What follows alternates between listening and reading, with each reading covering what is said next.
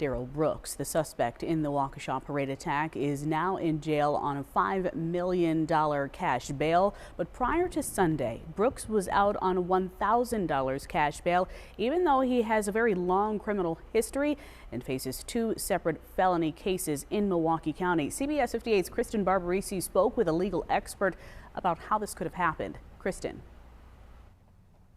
Earlier this week, the Milwaukee County District Attorney said in a statement that $1,000 cash bail was far too low, and they're looking into how that happened. But a closer look at this case shows Darrell Brooks skated the justice system on technicalities and oversights multiple times over the last several years.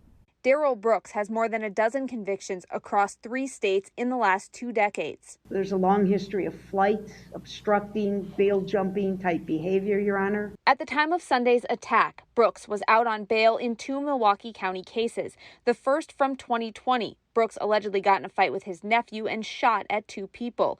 He was in jail on a $7,500 cash bail and requested a speedy trial, meaning the case had to be heard within 90 days.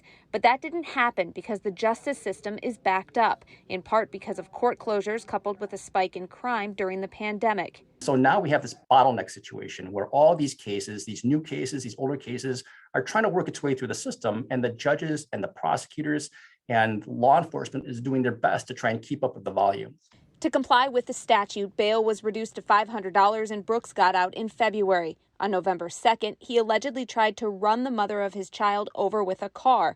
He then posted a $1,000 cash bail. Milwaukee County District Attorney John Chisholm says that bail was inappropriately low and an internal review is underway. I don't think that this case, and while it appears like that at first blush, isn't a sign of the complete breakdown in the criminal justice system.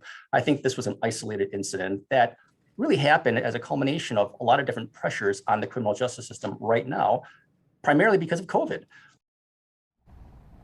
There is an active warrant for Brooks' arrest in Nevada after he failed to comply with sex offender registry requirements. Since that warrant was issued, Brooks has been arrested multiple times here in Wisconsin and in Georgia, but it's unclear if officials in either state had any idea he was wanted out west. The district attorney's office says they are still completing that internal review, but they expect the DA will sit down with us next week and answer some of these questions. Live in Waukesha, Kristen Barbarisi, CBS 58 News.